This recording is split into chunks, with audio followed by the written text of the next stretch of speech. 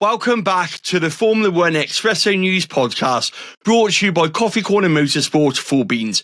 I'm, of course, Terry, and I'm going to be taking you through the latest stories from the paddock to the podcast via my shed whilst drinking a cup of coffee. You've got me for the next 30 minutes or so, and this week we're going to be talking about Red Bull and their chances this season, Oscar Piastri and his new contract, Cadillac and who's in the name for their two seats, Mercedes' latest contract updates with, of course, both of their drivers out of contracts at the end of 2025, and, of course, a quick preview of Australia because it is finally race week. We are finally back, and this is a Formula One podcast, so therefore we need to talk about Formula One and the actual races itself. So if all of that takes your fancy, do me a favour, grab your coffee, and a quick request from me. Now, I'm trying to get the podcast at the rankings, and the best way to do that is if people follow the podcast. Now, this should be quite simple and easy. Just click the three dots on the platform you listen to it to, and you should see a drop-down box come down and a follow button.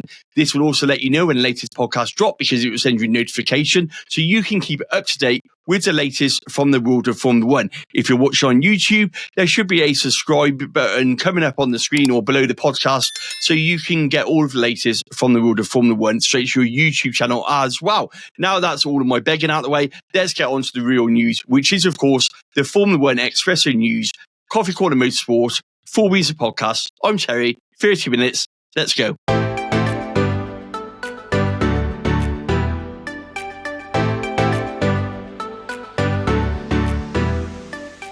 Right, first up on the list is Juan Montoya talking about Red Bull and where they are this season.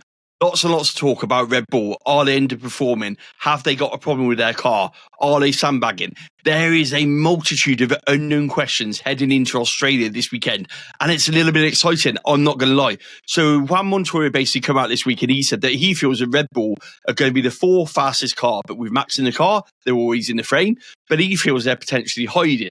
Now, Max alluded to this a bit during his press conference yesterday, the driver's press conference, the first one of the season, where he talked about they had found areas where they can work on and that the car was definitely a step change from the RB20. We know that from Jos Verstappen that Max has been doing a simulator run as well to get the RB21 into a good place before Australia. So the $1 million question, which will only be answered when the lights go out over the weekend, have Red Bull made a step change? Are Red Bull sandbagging? Or are they genuinely missing Adrian Newey's input? And is this RB21 really a step in the right direction? I mean, I could say we haven't seen a lot in testing from Red Bull, but we didn't see a lot from anybody in testing. There was no clear, decisive winner in testing. Yes, the McLaren looked strong. That was mainly over their long-run data, which gave everyone the impression they're the favourites. And from what we've seen, they are the favourites. But it wasn't a standout performance, even from McLaren. Mercedes, you've got the age-old question, of course, of whether or not it's to do with the weather, whether or not they've got on top of the problems.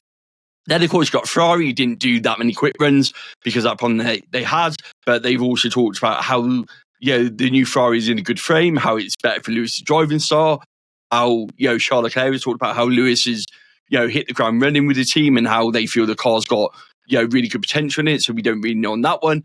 And, of course, you've then got the Red Bull situation of, is this a sandbagging car or is this actually a car that's been developed and is hiding in the shadows, ready to pounce on everybody else? What I mean by that is, normally we have a clear winner from testing, which gives us that domination for the first few races. We saw it last year with Red Bull even though they didn't finish the season strong. They certainly started the season strongly. Yeah, they dominated in testing and then went on to dominate the first few races before, of course, McLaren brought that Miami upgrade and we started to see the season turn on its head a bit. We know there's been a lot of talk about the flexi wings with regards to Red Bull. They didn't run it last year. They have got one. They have tried it in testing. They look like they've got both options, to be honest. We know that the rule change is due to hit him from the Spanish Grand Prix. So are they alluding a bit to that? Are they waiting a bit for that? So they're kind of testing both to be on the safe side, not going all in on this flexi wing, knowing it's going to change anyway and compromise a bit of performance. As the RB21 corrected the issues they had with the RB20 and that wrong development path they clearly took last year. Like I said, we don't know until the car's on track. Melbourne is completely different to what Bahrain gave us. The weather we talked to on the preview anyway, but the weather can be 4 seasons in one. So therefore, that ain't going to give us a true reflection anyway. it is going to take a different setup. They have had time. That's the advantage this year of the way the testing's been done. So with that week's break, they've been able to go back to the factory, been able to go back to the sim like Max has done. They've run different setups. They've clearly found some things that they want to work on. That's not always a bad thing, if I'm honest. People see that as a negative. It's not a negative. Far from it. If you found something you can work on, it means you found performance within your setups. So therefore, that's not a bad thing. That's a good thing for Red Bull to do. So I don't know. I think Red Bull are hiding. I've said this before. I think they like being the underdogs.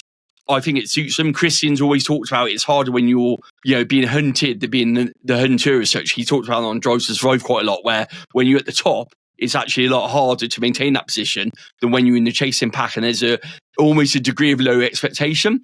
I think Red Bull are in that situation. I think they like that. I think they want that. I think they kind of like to see the limelight be on Lewis and Ferrari. They like the limelight being on Lando and McLaren, and obviously Oscar will come on to it in a minute as well. That will suit everybody in Milton Keynes down to the ground to just go about their business quietly, efficiently, and then release something on track. That is typical Red Bull. That is something they would do. That is something I'm still expecting. I still got Max as my favourite for the Drivers' Championship. I think even if you've not got the best car, he's the best driver on the grid at the moment. So therefore, if you give him a semi-competitive car, he will get results out there that other drivers may not be able to drag out of that car, which will then keep him in the hunt whilst they develop that car to a point where actually they can then compete again at the top. They've lost Adrian, yes, but Pierre Wache is out to prove that, he wants to come out from Adrian's shadows. He wants to make a stand for himself. They've had a lot of, turbulation with the off-track rumours last year. They're obviously still rumbling along in the background. So I think that Christian will be keen to put a marker down. Driver lineup, Liam Lawson is a complete unknown in that sense, but has got some experience in Formula One, not a complete new rookie as such. I know he's classed as a rookie because he's not done a rookie season, but he has got a few races now under his belt. I think he will take the fight to Max. We saw on Drive to Survive, he was a couple of tenths off. I take that with a pinch of salt, naturally, because you always do on these programmes because they're a drama programme. But even so, he clearly has done enough to impress Red Bull to put him in the Red Bull. Now, will he be better than Max? No, I don't think so. I think he's going to know his role. But will he be a Valtteri Bottas, a 𝐓𝐇𝐈𝐒, a Rubens Barrichello, 𝐓𝐷𝐄 in his opening season with Red Bull? Will he be that sort of driver who can step in and capitalise if Red Bull have a car that can get an opportunity and Max maybe not in the hunt? Yes, I feel Liam could do that. So whilst I think they may be currently on paper for fastest, reality, I put them second or third, if I'm honest. I still feel McLaren the team to beat, but I actually put Red Bull ahead of Mercedes still. And I would probably even tempted to put them ahead of Ferrari still because they understand their car and those difficulties we saw the Ferrari have. So it remains to be seen whether or not that's complete rubbish or not. Saturday will be the time we tell when, of course, we get qualifying, the cars turn up to the max and we see them out on track. And then, of course, what's it like in race trim as well, which will make a big difference. Red Bull are great at getting setups. They're great at optimising their setups. They're great at getting feedback from the track and changing stuff going into the practice sessions. And that this weekend, I feel, could be absolutely crucial to a success for a Formula One team. And Red Bull have got that in abundance. So, yeah, for me, four fastest, I'm not quite sure. I think I'm with Montoya. I think they're hiding something. And I think Max is a dark horse to watch this weekend. That's for sure. Right, let's go on to Oscar Piastri and his new contract. This was a bit of a completely out the blue bolt, if I'm honest. It wasn't being talked about. It wasn't expected. It wasn't sort of rumoured.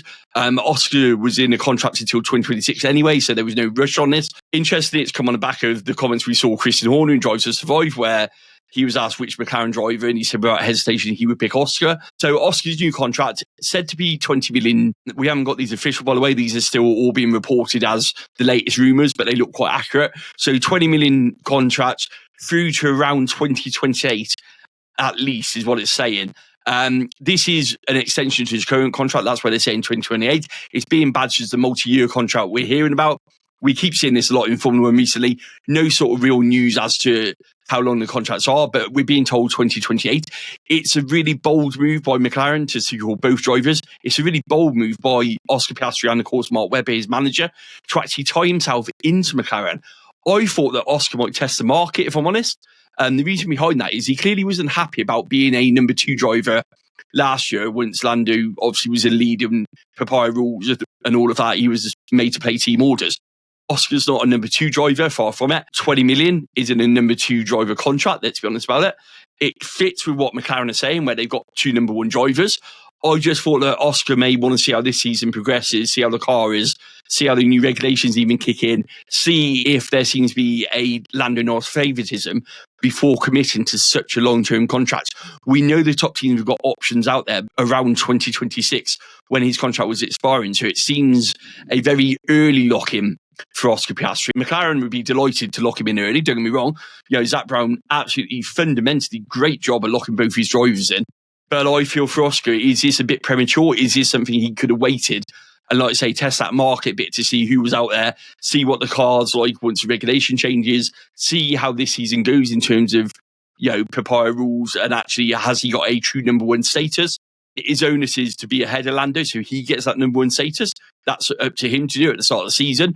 Big pressure on him now with his new contract as well. Big pressure for him to step up. He's no longer an inexperienced rookie. Not saying he was anyway, but he can't. His fans as such, or certain media, or whichever way you want to look at it, can't refer to Oscar anymore as a rookie. He's certainly not. So I feel this is a really big season for Oscar Piastri. He is a born winner. He's naturally won at every single level that he's competed in. He's got abundance of natural talent. And I've always said out of two drivers, I feel that he is potentially the better driver once he honed that racecraft, once he learned how to look after his tyres, once he learned how to win a race. He's done that now. And if I was Lando, I'd be really worried about this, because Oscar Piastri, with a point to prove, could be really bad for Lando Norris. Could be bad for McLaren as well. I mean, two number one drivers. Could we be having a situation we saw with Mercedes, of course, and we've seen it over the years when you've got two really competitive, dominant cars when they go head-to-head. We've obviously seen it with Red Bull in the past as well. It's not something which normally turns out well in Formula One. Yes, these drivers play the team game, but ultimately they are selfish. They want to do what's best for them. Now, the team wants the constructors, the drivers want the drivers' championship, and it's always a trade-off between the two. So whilst I guess why they've done it, and whilst I get on paper it is the strongest driver pair-up on the grid, I would say without a shadow of a doubt, I also feel that if I was Oscar Piastri, I probably would have tested the water a bit just to see who was out there, see what happens with the new changes, see what happens with the Mercedes, Red Bulls, because actually he had a real opportunity to maybe go somewhere else and be a number one driver in his own right, defined, and not having to divide it up with Lando. So yes, it feels premature. Yes, it's a good move for McLaren. Yes, it's definitely the strongest driver pairing, I feel, on the grid currently, although the Ferrari one, potentially with Lewis and Charles, could come to match it if the car's up to scratch. But at the moment, I'd say they've got the strongest car and the strongest driver lineup. So I don't blame Zak Brown for locking it in. I think it's good for business. It's good for McLaren fans. Will it be good for Oscar? That is the big unknown question in all this. That is the one that for me remains to be seen. Like I said, I think he should have tested the market and got out there, but what am I to know? Mark Webber's clearly looked for reassurances in terms of a number one driver status, and has clearly found those reassurances from Zak Brown before committing pen to paper. So whatever Zak's promised, the Mark Webber Oscar Piastri camp, it has obviously gone down well with the Oscar Piastri camp. I don't think it's about money. I think he's just been paid the right money for the driver that he is, and of course the talent that he's got. So I think that he's definitely had reassurances from McLaren and Zak Brown that actually he will get level pegging and get level status within the team. And that's what he's been looking for. So yeah, great move by Zak Brown, great move for McLaren fans. And for Oscar, it remains to be seen, but I'm hopeful. And like I say, a huge 2025 season for Oscar Piastri, make no doubt about that. Next, we're going to come to Cadillac. Cadillac are all over the news at the moment. Obviously, they've had that bid now finalised, so they are now the 11th team in Formula One from 2026. So it is now all speed ahead, full speed ahead for them as they look at the whole operation, to be honest. If you're looking for a job in Formula One and you happen to be around the Silverstone area, check out Cadillac online. They have got boatloads of jobs going. They've got applications where you can submit CVs. If you are listing Cadillac, I am free. I am available for 2026. I don't know what role you could have me for.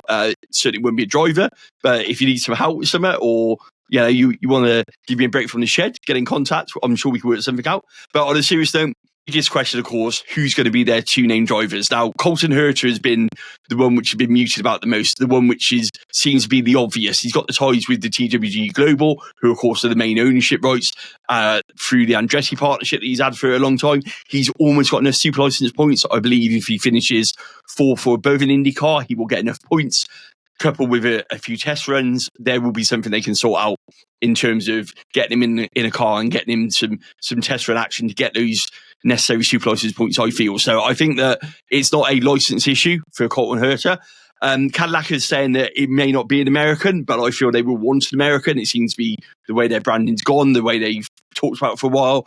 And if you've got an American in 𝐿𝐼𝐒 with enough super license points, enough experience from obviously, is it 8 years or something in IndyCar he's done now, but still at a relatively young age, then that is absolutely great for the team. Second seat remains the big unknown. We've got Valtteri Bottas will be delighted. I think it was Ted Kravitz said he'd be delighted that there's a new team on the Formula One grid. He will be looking for a return back to the grid, obviously. Brings with him vast experience, is a driver who can win races if he was in that position. Would be relatively cheap, if I'm honest, for a second driver for him, so it would be great. 𝐵𝐘𝐒 brings with him all of that Mexican money, which for a new team starting out is absolutely fundamental. A bit like Bottas, has the experience to win races, is a pedigree race winner as such, is a pedigree seasoned Formula One pro. So we'll give you feedback on the car, very similar to Valtteri. We'll give you all of those options. And of course, we'll give you that massive injection of money. He's gone very quiet since his Red Bull days. We talked about it on the podcast. It feels like he's been paid off and he's keeping quiet and kind of out of the way.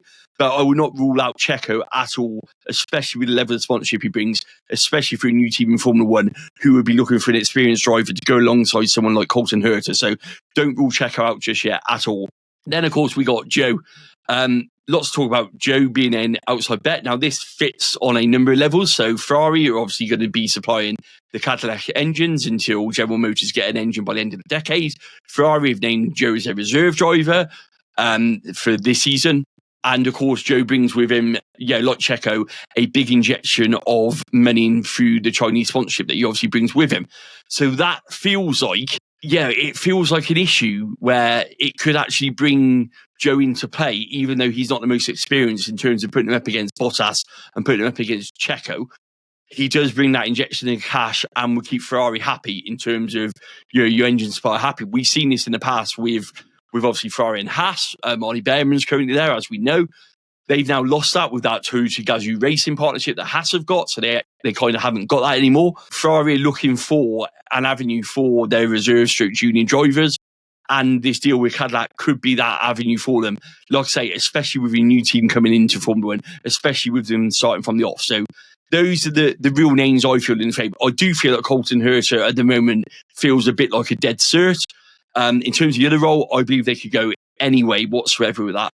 But as I said, a few minutes ago, if you are looking to work in Formula One and you've got a genuine interest, head on over to Cadillac's website. They are advertising a boatload of roles. They've said they need loads of roles. There's an option to upload a CV and a covering letter as well for future jobs as well. So it's a really good opportunity for a team starting from the off if you're looking to get into it. And like I said, if you are interested in Cadillac, my contact details are in the link in bio. But that ain't going to happen, let's be honest. Next, we're going to come to, we're whizzing for it today, aren't we? Feels a bit quick, but hey-ho. Mercedes contracts. Now, Mercedes have both drivers technically out of contract at the end of 2025. Mercedes normally renew a contract at the end of the season, so it's traditionally something they do over the winter break. Now, as we head into Australia, they did a Q&A session yesterday before the drivers' press briefing, and that was one of the questions that come up. And they confirmed there is no new contract for George Russell. Now, George Russell is out of contract at the end of 2025. We're led to believe that Kimi Antonelli has a break clause at the end of 2025. Couldn't get the words out of my mouth there.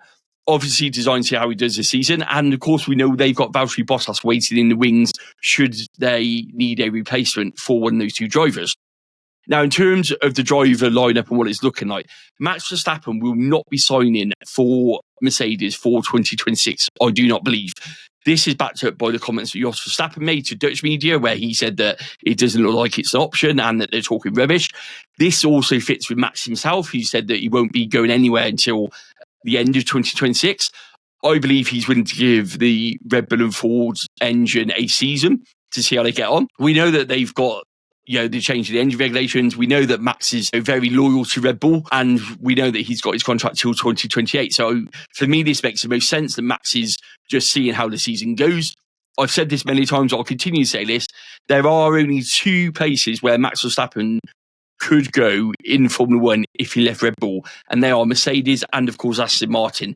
Now, there's been a lot of talk about the Aston Martin tie-up. Obviously, Max has got, I think it's one of the GT Series cars. He's signed with Aston Martin for them to provide the cars for that. A lot of talk about that.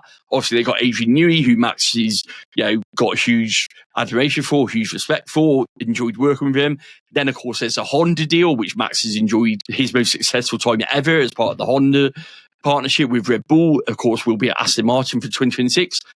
And of course, Lawrence will be happy to throw money at, and Fernando Alonso is at the end of his career. So that kind of fits as well. However, don't rule out Toto and Mercedes. Driving for Mercedes will appeal to Max in terms of the work team, in terms of what they can get, especially if that Mercedes engine is as good as some people have speculated when it hits the grid next season. So I think that this kind of fits with everything that we're hearing. Max will be the end of 2026 before he makes any decision. George has got to step up. He's a team leader, but if George kind of feels like he may be being a bit naive, but I don't think he can be naive because I don't think he's got the opportunity to do anything different. I kind of feel like Toto's playing him a bit. And what I mean by this is he wants to see how 𝐇𝐒 goes. We all know that 𝐇𝐒 will make mistakes. We all know that 𝐇𝐒 will not probably finish the season ahead of George because of the inconsistency that I feel 𝐇𝐒 will get learning in Formula One. But 𝐇𝐒 will show us exactly what he's capable of. And 𝐇𝐒 is a natural talent that makes you sit up in your seat when you watch him race. He is one of these racers, like Max when he bursts on the scene, like Lewis when he bursts on the scene, like Senna, like these great drivers before, makes you sit on the end of your seat and makes you just kind of go, what's going on here when he races? With that comes mistakes, especially when they're young and inexperienced, and it will come mistakes. That will happen this season. 𝐇𝐒 will show us flashes of brilliance and flashes of frustration. I could almost guarantee it. But what's not in any doubt is how much natural talent this kid has got. And it feels like Toto wants to play it off a bit to see actually how will George react to that pressure. Now, George at the moment is very much a look at me, I'm the team leader, I'm the established driver. I've seen off the threat of Lewis Hamilton as he's gone to Ferrari. So therefore, I'm going to be the number one driver all the way through. 𝐇𝐒 is just a junior driver. I don't see it playing that way. I think Toto is waiting to see, actually, can he build a future with 𝐇𝐒 in it? And can that future, ultimately, I think he wants a 𝐇𝐒 Max lineup, is what Toto's ultimate goal is. And I know that may be hard for George Russell to hear, or if you're a George Russell fan, but I think that if you had to name your lineup, that is what Toto will go for. Max and 𝐇𝐒, and of course, that partnership, which will be young, will be hungry, and is just pure talent in the Mercedes Works engine. That's a dream for him. So I think that we might see a year extension or something for George. Maybe that may be the way we see it to take through to 2026, which will tie in with everything. And then, of course, it depends how 𝐇𝐒 goes to what they do with Valtteri, and, of course, Cadillac talks, like I said on there. But they said there won't be anything until at least the summer break. And they were very keen not to put a date on it because they said we don't want people saying, what is it done yet? So what Toto said is what he normally says, to be honest. It won't impact on the on-track stuff. They will carry negotiations through the course of the first half of the season, and will naturally try to resolve it around the summer break or just after in terms of a new contract for George. Didn't say anything about 𝐇𝐒, from what I can see, was purely about George, but said that he wanted the partnership to continue and there's no reason why it wouldn't. So, like I say, even if it's a year extension, expect some around the summer break with regards to George Russell next season, because I think that Max will give Red Bull one last season in 2026. And I think that's pretty much it for the news from the paddock this week. That felt a bit of a whistle-stop one. Sip of coffee, and let's have a look at Australia and what can we expect from that one. Let me just find my notes on this one because I ain't doing this one off the top of my head. So, Australia, Melbourne, round one. 58 laps, 5.278 kilometres in terms of circuit lengths. Race distance, of course, of 306 kilometres. Lap record is held by Charles Leclerc in 2024, which is 1 minute 19.813. Last year, we saw, obviously, Carlos Sainz win. We obviously saw Charles Leclerc second and Lando Norris third. Now, in terms of session times in the UK, we've got 1:30 a.m. on Friday morning for practice 1, 5 a.m., for practice 2. I was hoping for a lie in there. Saturday, free practice 3 is 1:30 a.m. and Saturday qualifying is 5 a.m. with the race itself on Sunday at 4 a.m. That's UK times, by the way. I haven't got enough sort of technical knowledge to work around converting it for my American listeners, because I know that you've got clock changes as well, so I'm not going to get involved with that one. So with regards to tyre selection, Pirelli are going to bring with the C3, C4, C5 compounds. 6 compounds obviously available this year. I think that's the same as last year off the top of my head. This is expected to be a multiple stop, so at least a 2-stop race. There is variable weather forecast. We saw yesterday something around 100% chance of rain. There is rain. I said it reminds me of Silverstone. You can have 4 seasons in one. You can literally, change from 1 minute to the next at Melbourne. So setup is going to be key here. Be interested to see what drivers compromise qualifying for race. If we know there's going to be, if it says 100% chance of rain, which driver is going to make the gamble on it? I'm expecting bigger things from Aston Martin. We've not seen enough of them this year. I'm expecting Williams to try and score some points, but I wonder if they've shown too much. 𝐷𝐿 look off the pace at the moment. So do Alpine. They look like they need to find a setup which suits them. But rain is, of course, the great equaliser. If we get rain, then actually, with regards to the level playing field, it could level it right out. We know that Mercedes in cooler weather, they will be hoping for rain. If that's true to their 2025 car, the same as 2024 car, and the fact it come alive in the cooler weathers. And the reason it comes live is all to do with tyre temperature.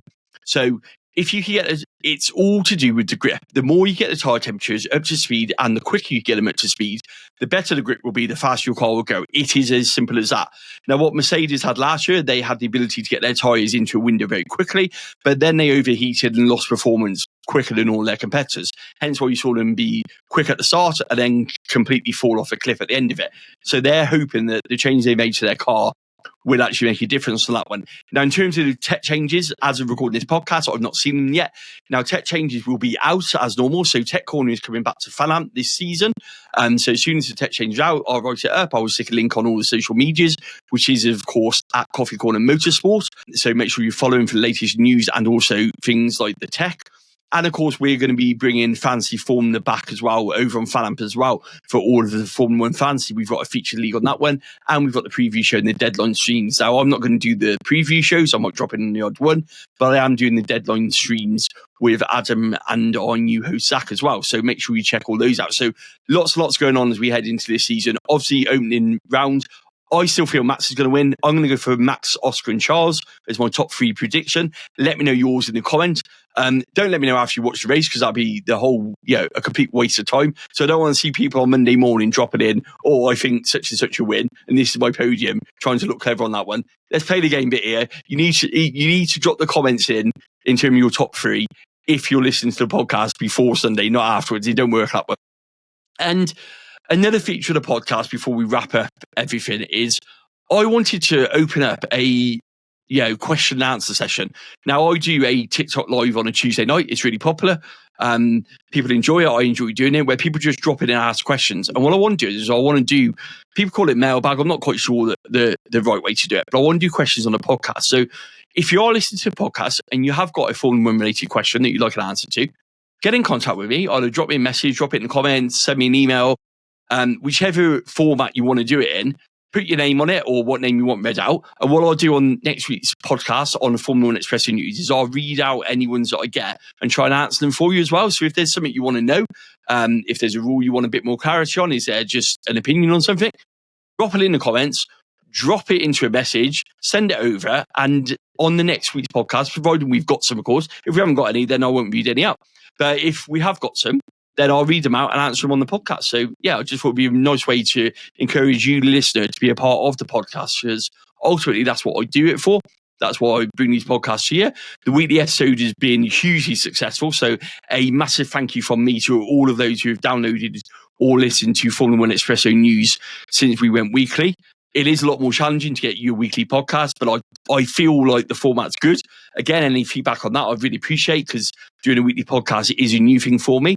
But apart from that, all I've got to say is, like I said at the top of the show, if you do me a favour and hit that follow button, it doesn't cost you anything. I really enjoy the fact that these podcasts are free. They're not behind a paywall. I really enjoy the fact that, I'm a fan. I do this as a fan, and I want to keep delivering it as a fan. So for me, money is something that isn't easy to come by, and I don't feel comfortable asking for it. So I really want to keep the fact that this is free as a really plus point for this one. And it helps me if you hit that follow. It helps the ranking. It helps maybe see, Coffee Corner Motorsport Full Beans the podcast actually up there in the rankings. I've never seen it in the rankings. Obviously, it was great that we got shortlisted for the Sports Podcast Awards. That's a huge part of mine. And I know there are a lot of listeners out there. So if I can try and transcribe some of that to followers, that would be amazing just on a personal point of view. And like I said, if there's anything you want to see different on the podcast, I did do a survey on Instagram and a lot of people were talking about getting guests on the show. It is something I'm working on, but I want to make sure that they're the right guests. I want to make sure that they're people who are relevant. I want to make sure that they're quality. So I am working on getting guests onto the podcast. But when I do bring a guest onto the podcast, I will do it as a separate show away from the Espresso News. So you can keep knowing that the Formula One Espresso News is going to be here every week with the latest from the headlines, from the paddock to the podcast via the shed. That is something that's going to continue. And if I do an interview or something, it will be dropped in to supplement it as well. In terms of race review, I'm probably going to put that on to next week's episode. So I won't do a separate one because I feel like there's just too much overload. So what I will do is do a race review and the Formula One Espresso News on next week's podcast as well. And then I'll continue to do the same through the course of the season, unless, of course, there's enough to warrant a standalone one. But I'm not sure there is. I think I can combine the two together and keep you still within the sort of 30 minutes I kind of stick to 30 minutes as my benchmark for it. And that's what I try to do. It's just a personal thing that I do and I can easily cope with. And I don't script these. I literally have a few notes that I read off. So anything every 30 minutes, I lose my chain of thought and it all goes to pot. So with all of that rambling, I've taken up far too much of your time because we are just over 30 minutes. Like I said at the top of the show, top 3 buttons, click it down, hit that follow, or a subscribe like button with the alerts notified if you're watching on YouTube. For those who have done that already, I really appreciate it. For those who haven't, come on, help a guy out here. And for the rest of you, I will see you next week for Formula One Espresso News here on Coffee Corner Motorsport Full Beans. Keep your eye out on the socials during the course of the race weekend, of course. Like I said, at Coffee Corner Motorsports for all of the socials. And if you want to catch me in terms of fantasy Formula One, I will be over on FanAmp with Adam and our new host, Zach, bringing you all the latest from the world of Formula One fantasy. And don't forget, we've got our feature league, which you can join and play along and try and beat our scores as well. So make sure I'll drop the league link in the description below as well so that you've got it so you can join that one as well and just have a bit of fun with it. Some great prizes up for grabs as Formula One fantasy returns this weekend as well. So with all that in mind, I got my coffee. 30 minutes is catch you all next week. Have a good week.